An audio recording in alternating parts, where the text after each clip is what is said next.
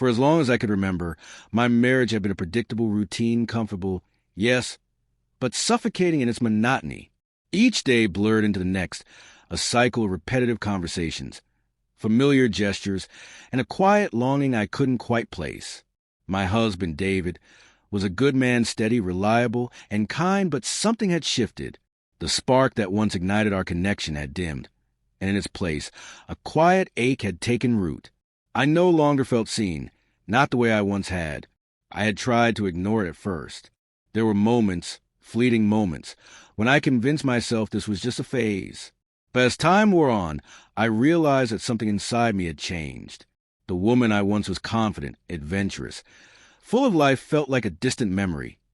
Overshadowed by the woman, I had become unnoticed, unfulfilled, and quietly yearning for something more. And then one night, as I scrolled mindlessly through my phone, I saw an ad. It was simply a brightly colored image of people smiling, laughing, meeting new people. Beneath it, find your match. Explore something new. It felt like a whisper, a secret invitation that promised a thrill of excitement, of discovery.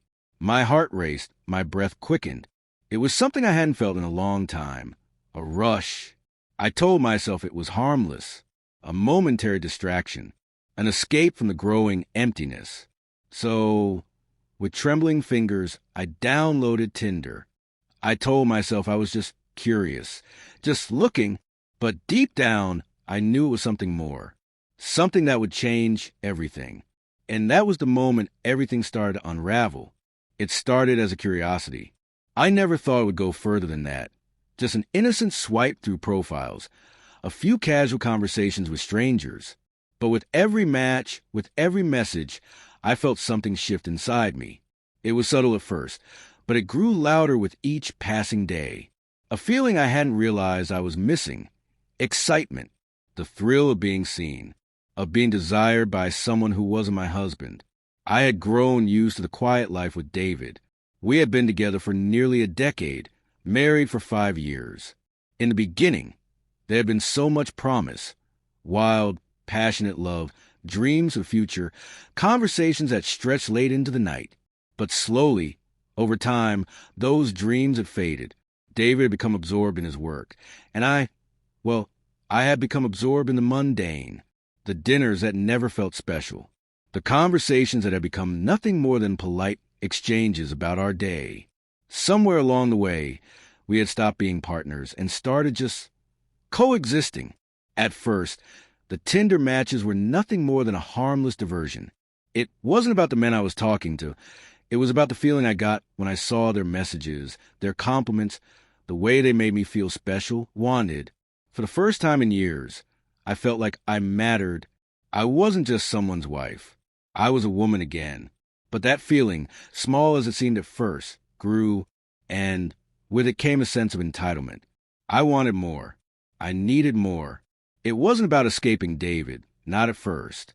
It was about reclaiming something that had been lost, something that I had sacrificed in the name of keeping the peace, keeping the family together. I told myself it was just harmless fun, until it wasn't. The turning point came one evening, when I found myself in a conversation that lingered longer than it should have. The man I was talking to, Mark, was charming in a way that felt dangerous. He listened to me, really listened, in a way that David hadn't done in months. He made me laugh, something I hadn't done in a long time. And the more I spoke to him, the more I realized that he was offering me something I'd forgotten I even needed: attention, affection, a spark of connection that made me feel alive. I knew then that I was standing on the edge of something I couldn't unsee, unfeel, or undo. The decision had been made before I even realized it. This wasn't just about flirting anymore. This wasn't just about a temporary escape. This was about breaking free from a life that had become suffocating. It wasn't just curiosity now. It was a need, a hunger. I didn't want to hurt David, but I also couldn't ignore the hunger inside me any longer. The freedom I was seeking had nothing to do with leaving my marriage. It was about finding a part of myself I had buried for years. I wasn't sure where this path would lead, but I knew I couldn't go back. The moment I swiped right, the moment I allowed myself to be desired again, everything had changed. And as I stared at my phone that night, the weight of my decision settled in. I wasn't just exploring. I was breaking free. The days after I'd made the decision to embrace the thrill of Tinder were a whirlwind of emotions. Guilt, excitement, fear, and a deep sense of exhilaration. At first, I convinced myself it was harmless. Just messages, just chats, just getting to know people in a way that felt refreshing. Even if I wasn't being completely honest about what I was doing. I hadn't even met anyone yet, but it felt like I was finally waking up. Finally, I was seen for more than just David's wife or the mother of our kids. I was a woman with desires, with needs, with a right to feel wanted. Mark was the first person I really connected with. His messages were unlike anything I'd experienced in a long time. He wasn't just interested in my appearance or trying to get me to send him photos. He asked about my life, my dreams, my regrets. He talked about his own experiences, his travels, his past loves, the things that had shaped him. I found myself telling him things I hadn't told anyone in years.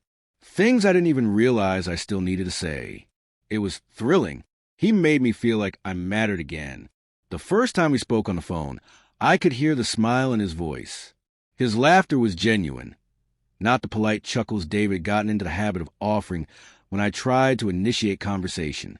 I was captivated by his attention, his wit, his easy confidence.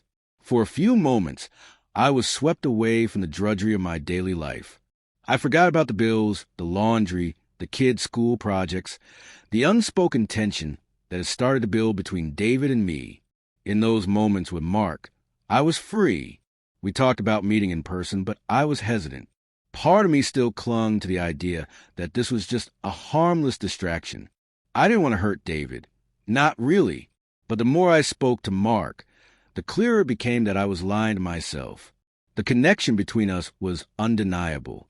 I wasn't just craving a little attention anymore. I was craving a life I had forgotten, one filled with passion, excitement, and spontaneity. One evening, after an especially intense conversation with Mark, I found myself standing in front of the bathroom mirror, staring at my reflection. I was trying to hold it together, but I couldn't ignore the truth any longer. I had already crossed a line. I wasn't just curious anymore. I was playing with fire, and I liked it. I texted Mark that I was ready. We made plans to meet for drinks. My heart raced at the thought of it. A date, a real one, with someone who didn't know my past or my responsibilities. No obligations, no expectations, just two people connecting in a way I hadn't felt in years. The excitement was intoxicating, but underneath it, a small voice reminded me that this was dangerous. I had promised myself I would never cheat. I had promised David. Yet here I was, on the verge of breaking that promise, and part of me didn't even care. When the night arrived, I stood in front of my closet, trying to decide what to wear. It was as though I was preparing for a different version of myself, one who was free from the constraints of marriage, motherhood, and routine. I slipped into a black dress, something that was a little more daring than what I would wear for a regular night out. I noticed the way it made me look in the mirror, confident, powerful, unrecognizable. This wasn't the person I had become. It was the woman I had been before, the woman who wasn't afraid to take risks. I arrived at the bar early, my hand shaking slightly. Mark was already there, waiting. When I saw him, I felt that jolt of recognition, that electric connection between us that had been building over the weeks of texting and talking. His eyes lit up when he saw me, and for a moment, I was certain this was the right thing. This was freedom. The conversation flowed easily between us, full of laughter and shared glances. I felt alive in a way I hadn't felt in years. For the first time in ages, I wasn't thinking about the past or the future. I was just enjoying the present moment. The way he looked at me made me feel seen, made me feel special. In his eyes, I wasn't a wife or a mother. I was a woman who mattered. And when he leaned in closer, I didn't pull away. There was a moment, just a brief moment, when I hesitated, but it passed. I was no longer holding myself back. For the first time in ages, I felt like I could breathe, like I was in control of my own choices. And as our lips met, I realized I was no longer the person I had been when I walked in. I had crossed a line. I had embraced the unknown.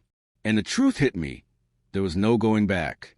It had been a few days since my night out with Mark, and though I'd promised myself I wouldn't let it affect my marriage, the guilt lingered like a shadow. Every time I looked at David, I felt a pang of unease, as if he could somehow sense that something was off. His usual calm demeanor had shifted slightly. He seemed quieter, more distant, but I was good at hiding things. I told myself that I could keep this secret, compartmentalize the excitement and guilt, and go back to being the wife he thought I was. But secrets have a way of coming to light, and nothing stays hidden forever. It was a Tuesday evening when it happened. David had asked if I wanted to watch a movie with him. I was distracted, still riding the high of my secret rendezvous with Mark, still savoring the messages and flirtations that had become my escape. I could hardly concentrate on anything else. I smiled and agreed to watch the movie, but my mind was elsewhere. David had always been more observant than I gave him credit for.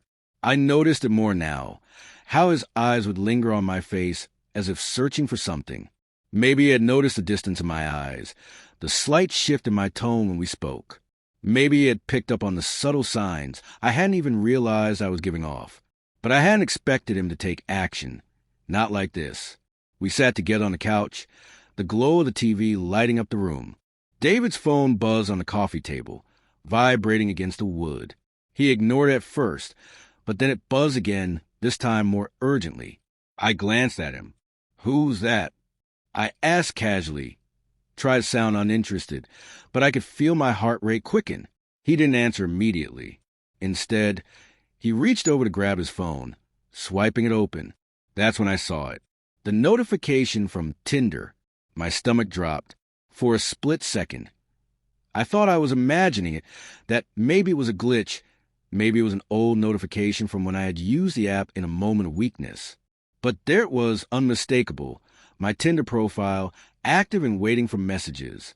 David looked at me, his face unreadable for a moment. His eyes met mine, and in that brief second, I could see the flicker of something dark behind them. Hurt, anger, confusion. "You're on Tinder?" he asked, his voice low, but with a sharpness that cut to the room like a knife. I froze. My mind raced. The room seemed to close in around me, the walls pressing in as I struggled to find words. I had never been a good liar. I could feel the heat rising to my cheeks, a rush of shame washing over me. But I tried to play it off. "It's nothing, David. Just an app. I wasn't serious," I stammered, the words tumbling out awkwardly. But David wasn't buying it. His expression hardened, his grip on the phone tightening. He scrolled through the messages on the screen, messages I thought I had erased. But it didn't matter. They were still there, a digital trail of betrayal. The compliments, the flirtations, the promises of something more. He saw it all. "I can't believe this," he muttered, his voice breaking slightly as he lowered the phone, his eyes never leaving mine. "Is this what it's come to? You're cheating on me, and I didn't even know." I wanted to say something, anything to explain, but the words caught in my throat. What could I say? How could I explain that I was just seeking something I felt was missing? That it wasn't about Mark or the men I'd been talking to. It was about me, about feeling invisible, about needing something for myself. But none of that mattered now. I had crossed a line, and David had seen it all. I watched as his expression shifted, the disbelief turning into something darker. Disappointment, anger, and a hurt I couldn't ignore. "We're done, aren't we?" he asked, his voice quiet now, almost resigned. I couldn't answer. What was there to say? He had discovered my secret, and with it, a betrayal so deep that I wasn't sure it could be undone. My heart ached, not for the loss of what had been, but for the loss of the trust we'd once shared. David didn't say another word. He stood up, walked to the door, and paused, looking at me one last time. "I need time," he said, his voice barely above a whisper, before he walked out, leaving me alone in the silence that now filled the space between us. The truth had been exposed, and nothing would ever be the same again. Sitting in the aftermath of everything I had done, the reality of my choices hit harder than I could have imagined. The life I had once taken for granted, the family, the stability, the familiarity, had all been shattered in an instant, and all of it was because I had chosen to seek something outside of it, something fleeting and shallow, to fill a void I hadn't known how to address. As I reflected on my actions, I realized that the thrill I had sought was nothing more than a temporary escape, an illusion of freedom that had only brought pain. I had convinced myself that I needed something more, that I deserved to feel alive again. But in the process, I had lost the very thing that had given my life meaning: trust. I couldn't go back to the way things were. The damage I caused ran too deep. The betrayal wasn't just a betrayal of my husband. It was a betrayal of the person I had once been, of the values I had held dear. The truth was clear now. I had sacrificed my own integrity for a fleeting moment of excitement. And no amount of regret could change the fact that I had to live with the consequences of my actions. The path forward feels uncertain, and the weight of my choices lingers like an anchor around my heart. The life I once knew is gone, and no matter how much I wish I could undo it. The truth remains. The trust one broke may never be fully repaired. David may never look at me the same way again, and the life we built might be irreparably changed. But amid the rubble of my actions, I'm beginning to realize that this is also an opportunity, a painful one, but an opportunity nonetheless. I can't change the past, but I can choose how I move forward. I can take responsibility for what I've done and begin the long, hard process of rebuilding, whether that's with David or without him. I owe it to myself and to those who have been hurt by my actions to rebuild my integrity, my honesty, and my sense of self. The road to healing will be long. It will be marked by the painful truth of what I've lost and the effort it will take to earn back trust, if that's even possible. But one thing is certain. I will never again take the stability of love and commitment for granted. I've learned that the price of temporary escape is too high. The real freedom lies in facing the consequences and moving forward with honesty, no matter how difficult it may be.